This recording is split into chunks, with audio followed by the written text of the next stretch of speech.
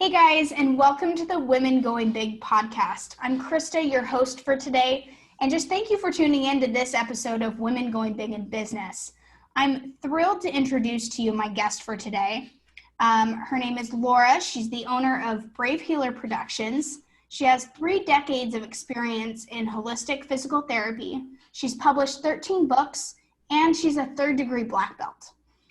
Today we're going to chat a little bit more about how she helps her clients share brave words that heal the world and leave a legacy that they were born for.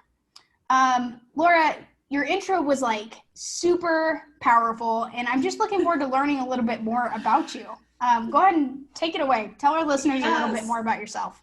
Thank you. Thanks so much for taking the time with me today. I appreciate it. Quite a journey started back when I went to physical therapy school, honestly, and like really chose the path of being that person that wanted to help other people feel better. Yeah. Literally, physically, but it turned into so much more over the years when I got an understanding of what authentic healing really meant for me personally, and also for my clients over the years. I've been doing physical therapy for about 30 years. And honestly, COVID shut that all down. I had a private practice that I actually decided not to reopen. Oh, wow. And that's because I had been transitioning for probably the last 4 years into Brave Healer Productions. Mm-hmm. And I love this part of my title, which I'm getting better at sharing with you guys. I am the lead goddess of badassery at Brave Healer Productions. I don't know if you guys like that or not, but I love it. That's the new title I have given myself. So there you go. And I'm really interested and passionate about authentic expression and how we as healers can tell you guys what's up, like have you really get what we do in a way that not only makes you curious, but makes you want to try stuff out. There are so many healing modalities in the world to try, right? So I'm publishing books about it now. That's the short version. No, I love that. But you've already published 13. So I started writing and publishing well before I called myself a publishing house, and it's been one of the most, oh my goodness, it's been amazing, I guess, in short. And that's because I think that when you share your words out loud, that takes a warrior, especially for the first time or two. And then, I got in a role, obviously. So I've done 5 books of poetry. Mm-hmm. And I've done a couple of business books, and I've done several now in the theme of healing. That's awesome. So I'm really curious. You kind of gave us, the short version of kind of where you are, the journey of transition that you've been on for the last 4 years. But where did this start for you? And I love asking the question of like the moment that women have, or anybody in business for that matter, that's like, this is what I'm supposed to be doing. Like that very moment where you're like, okay, I'm on the right path. What did that look like for you? I love this question, and I've thought a lot about it because I think you'll agree with me. When you look back at the journey, it's easy to look back, right? And say, okay, that happened. But you're right, there were probably a couple of moments that were serious turning points where I literally woke up inside of myself more and thought, whoa, this is it, man. This is what I'm supposed to be doing. This is what I was born for. You can feel that feeling inside of you, that it's a mixture of joy and enthusiasm and gratitude and like all the good, juicy things. It really is. I think we need to make up a word for what that is, what that feeling is. I agree. I'll work on that. I'll keep you tuned on that. Okay, cool. I love making words up. But the best moment was about 4 years ago or so, maybe 4 or 5. And a woman reached out to me on Facebook, and she was a total stranger at the time of the reach out. She had read a blog I had written, and I've written hundreds and hundreds of blogs. That's how I started writing before book publishing. Mm-hmm.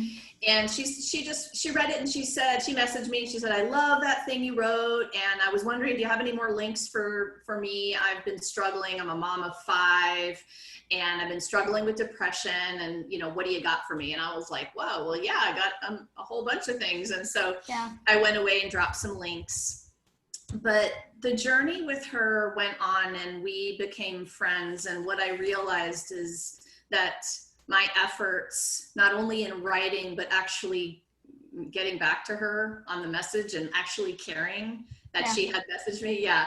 They made a way bigger difference than I thought. She was not only severely depressed, but she had been planning the suicide note she'd write to her husband and 5 kids. Wow. And in the moment I realized that my piddly little blog did something for her, I thought, oh my gosh, okay. I talked to myself a lot, you know, Laura, this isn't about you anymore. Like, your fear of not good enough is boring. Yeah. Like, what if you could change somebody's life? What if you could actually save someone's life? So in that moment, that was a huge gift that she reached out to me, and that I even get to tell you this story right now. Yeah. And that, like, I have goosebumps, and it wasn't just like a little bit of goosebumps. It's like a lot of goosebumps all over my arms.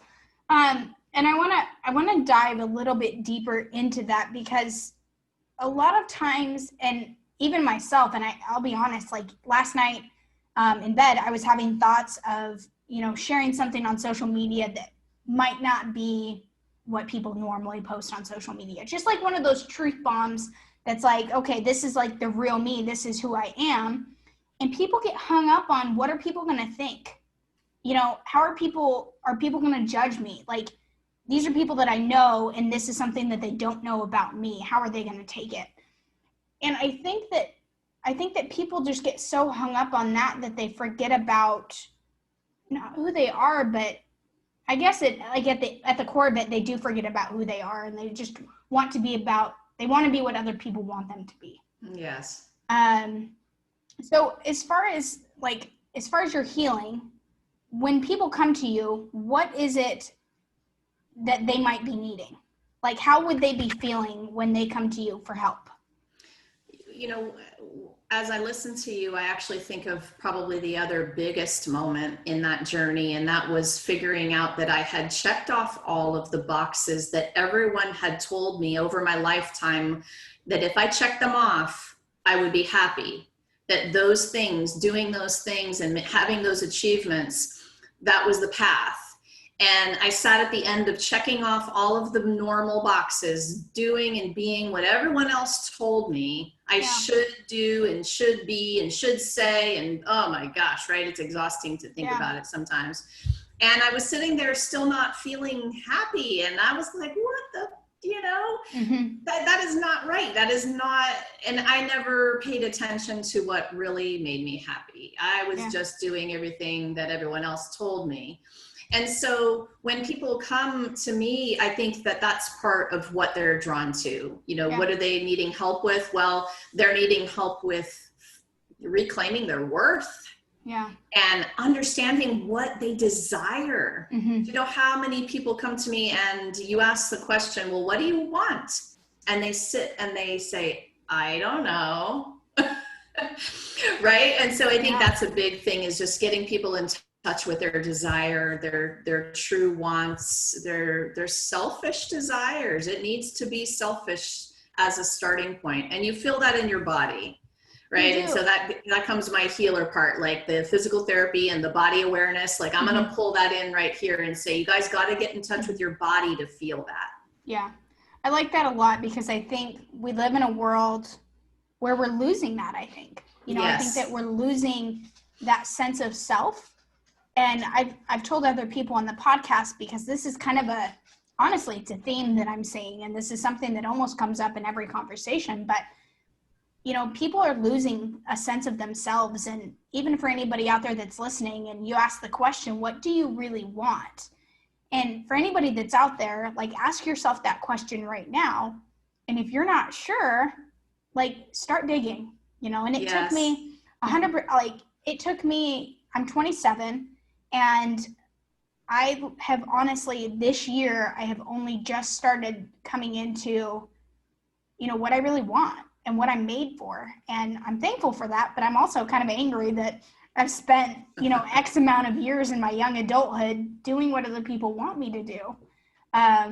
You know, and it's just not healthy. But where would you say, for somebody that may have answered that question to I don't know what I want, where would you tell people to start figuring out what it is that they truly want and what sets their soul on fire? Listen, I hate to use the M word, meditation, but it is a form of it. Yeah. It's getting still enough for long enough to understand how you are feeling. Mind, body, soul, thoughts, desire, all of it. You have to listen into that internal wisdom and that guide. You can journal, you can meditate, you can do breath work, you can do anything that connects you with yourself, honestly. There's so many different tools. That's the starting point, and it takes practice. Of course, you create a discipline of this. You'll be so in tune with your intuition and that inner wisdom that you will not need anyone else to tell you what the answer is for you in terms of your life, your business, anything that you're doing. Yeah, I love that. And I think that I like how you said the M word, because I mean, we're all told that we should meditate or that we should be still and listen to ourselves.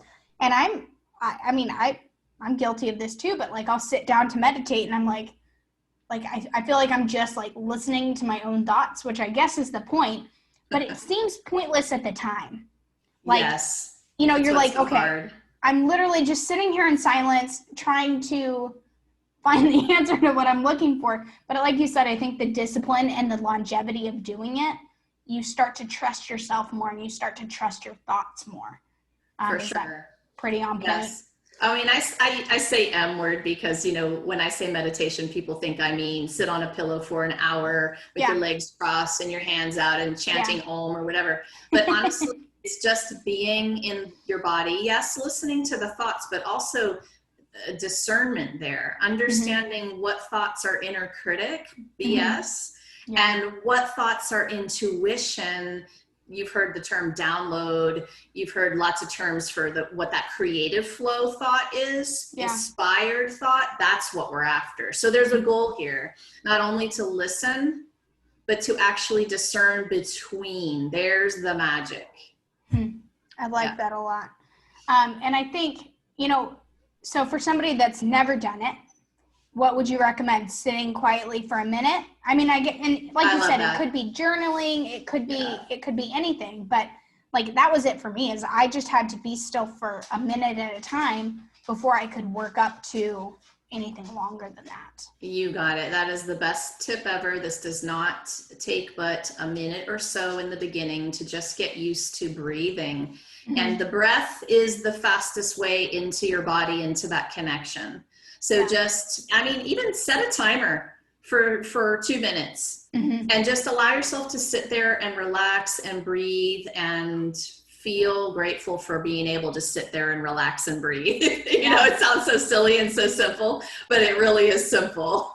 Yeah, but compared to, like, if you think about your average entrepreneur, and again, like I'm speaking from experience, I've been an entrepreneur for probably 6 or 7 years, and like my brain goes a million miles a minute. Like I am 5 steps ahead of my next thought of what I need to be doing while I'm doing something else. So for those of you that are like me, or even somebody that just is a natural multitasker and has so many things going on, sitting still for a minute and just controlling what you think and controlling your thoughts and your breath, like you said, that's a huge feat. Because for me to turn my brain off for a minute, that's a big deal. It is, and it'll make you more productive. Yeah. People think that they're wasting their time or they have so much to do or this and that. Well, actually, in reality, if you can tune in like that, you'll get more intuitive hits, the stuff you want to follow, versus that inner critic stuff that keeps you paralyzed or stuck or gets you overwhelmed, So you'll be more productive by incorporating this kind of practice. I love that. And I'm going to kind of switch gears because there's something that I want to make sure that I touch on.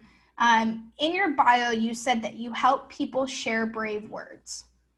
And I want to know the backstory on that. And I want to know how you help people do that, because it goes back to what I was talking about at the beginning about posting something that people might not know about you. But how can people start to share their truths and those brave words that people need to hear? Well, how can they start? Just by doing it, right? But it's Yeah. all the stuff going on in your head that keeps you from doing it, worried about what Hmm. everyone else will think. Well, what about just pure expression that is full of the energy of authenticity and gratitude and love and the good things? You guys will know exactly what is right, and it'll feel good and right to express it, no matter how you're doing it, Yeah. social, email, whatever. You'll feel it inside of you. And I think a lot of the times we're ignoring the stuff that doesn't feel right, but we're doing it anyway. And Hmm. that's not so great. Gets us back to what I was just talking about in terms of tuning into your body. But Yeah. sharing brave words, heck, some days being brave, it just means showing up. Yeah. And so, what does that mean for you today? And it changes every day. Hmm. So you can just ask yourself, what does that mean today for me to be brave with my words? Well, I really believe in this cause. So maybe it means making a social post about my beliefs, and that's it. Maybe it's Yeah. that simple. Hmm. It could be publishing your first book, but there's a big range here, right? Yeah. Yeah. So I like that. And I know one thing, and I know for a fact that women are a little more prone to this than men are, I think, and I know people that are paralyzed. They're paralyzed by what people think. Like Yes. maybe they don't have the right audience. Like they have an audience that, I don't want to say old, but like even for me, as I had to go through my Instagram and like unfollow a ton of people that I've been following forever, but they don't serve a purpose anymore. So, how can you speak to finding an audience, and not to sell to or not for anything, but just finding your tribe, like finding the right people that are going to take you in the way you are without judging you? No matter what we're talking about in life and what relationship we're talking about, the people of your tribe are the ones that make you feel like a bigger, better, more badass person in the world. Yeah. Plain and simple. Like if you could keep it really simple for yourself, you could probably list right now 5 or 10 different people who are on the list of, yes, it makes me feel like a better person. No, not so much. Yeah. And there's not really a gray area. You know why? Because if it's in the gray area, it's not a yes. It's not that good feel. So sorry, shove them over to the no. Mm-hmm. Right. And Yeah. so, oh my goodness, this is such an important topic in life, in business. It all goes together with really being unapologetic about who you hang out with, Yeah. including your social. Mm-hmm. Yes. I know. And I could talk forever about this. No, just because, like I said, I'm going through this transformation myself, and I'm learning about the people that are, I don't want to say trying to change me, but the people that are living inauthentic lives themselves. And it wasn't helpful for me. Exactly. I was trapped in this endless circle of being frustrated about where I am because of the people that either I was following on social media or the people that I was surrounding myself with. And I wanted to touch on that because I think so many people get paralyzed by, oh, well, and they might not even realize they don't have the right people in their audience. And that's why they don't want to share. Yes, exactly. The ones that are holding you back versus the ones who are supporting you and lifting you up. The ones who are naysaying and negative versus the ones who are like cheerleading and saying, yes, you can do it. Yeah. Sometimes it's so funny to me, the very, very obvious difference, but we second guess because we don't want to lose friends, or we don't want to, have the change happen in our audience or our circle or whatever. Oh my gosh, wait until you see what magic will happen when you get really kind of a little bit more confident about this. Mm-hmm. Yeah, be who you are, and those people who love you, you will know it. And you need more of those people, right? And you can weed out the ones who they aren't for you. They aren't you guys, life is short. Why hang out with crappy people? I mean, especially people who don't believe in you and your vision, right? Yeah. Yeah. I 100% am all for that. And again, like I'm really coming into this, like just living your true and authentic self, like whatever that looks like. Like if you're a little bit weird, own your weird. Like there's other weird people out there, like go find them. And as far as, and I want to touch about like finding them too, because like I'm an introvert. So things like even doing a podcast, like I have to be careful of my energy and how much I'm giving and receiving. And, I just have to be mindful of that. And I'm not one to just go out and start talking to people, even in Facebook groups. Like I'm not one to just, put out a bunch of, information about it just takes a lot of energy. So for anybody else that's like me, first of all, I love doing the podcast because I actually get to genuinely connect with people and build connections that way. But the other thing is I just, like on Instagram, I can unfollow people and then just like search the kind of people that I want to hang out with. And all of a sudden you can build the tribe that way. Yes. Do you have any tips on how to find the people that are in your like circle or in your realm of like badassery? Is that a thing? Well, the sooner you decide to be your full-on wild, sexy, hippie, amazing, badass self wherever you are, at home, on social, at work, at the grocery store, I don't care where you are. As soon as you realize that being that full-on self is the way to go, no matter who you're around, you'll automatically attract the people who are meant to be in that energy, who you're attracting. Like attracts like, right? So you have to be that to attract that. Yeah. And so what kind of life do you want? You want a life full of love and joy and all the good things. You know what you're making me think of? Compliment people on stuff you love. Mm-hmm.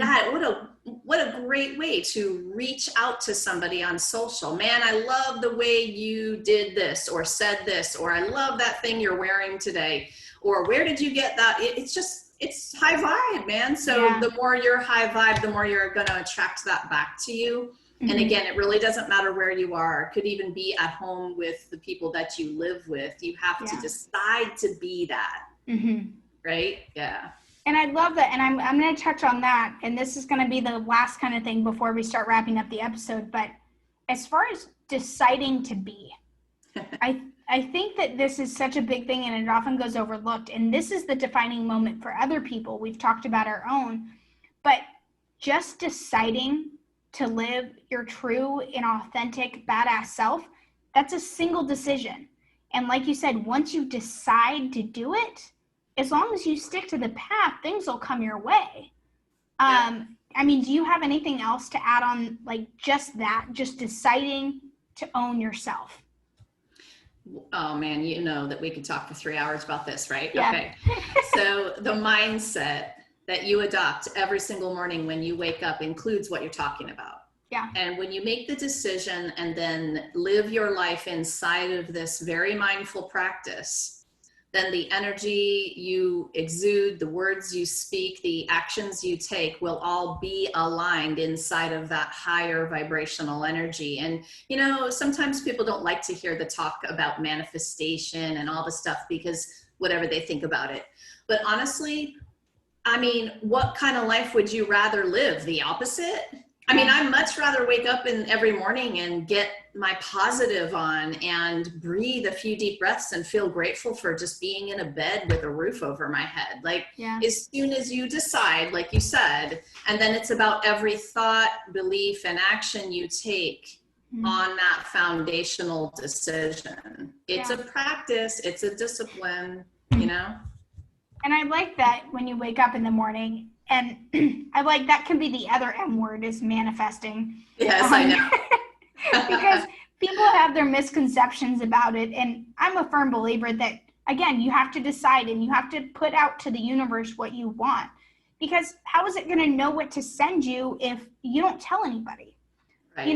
So it doesn't have to be you chanting it 3 times a day, in your bedroom with the candles on. Like, it doesn't need to be this big thing, but talk to someone. Like, that could be manifesting. Like, just getting it out there that this is what you want, this is who you are, and this is where you want to go. No doubt. If it is not out loud, it is not real. Yeah. You have to write it and speak it out loud to whoever will listen. And then you are creating as you do that.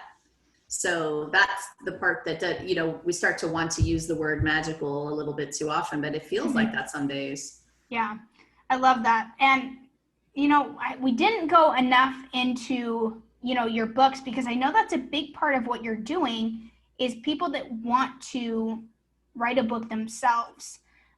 Really quickly, can you just touch on kind of what that process looks like?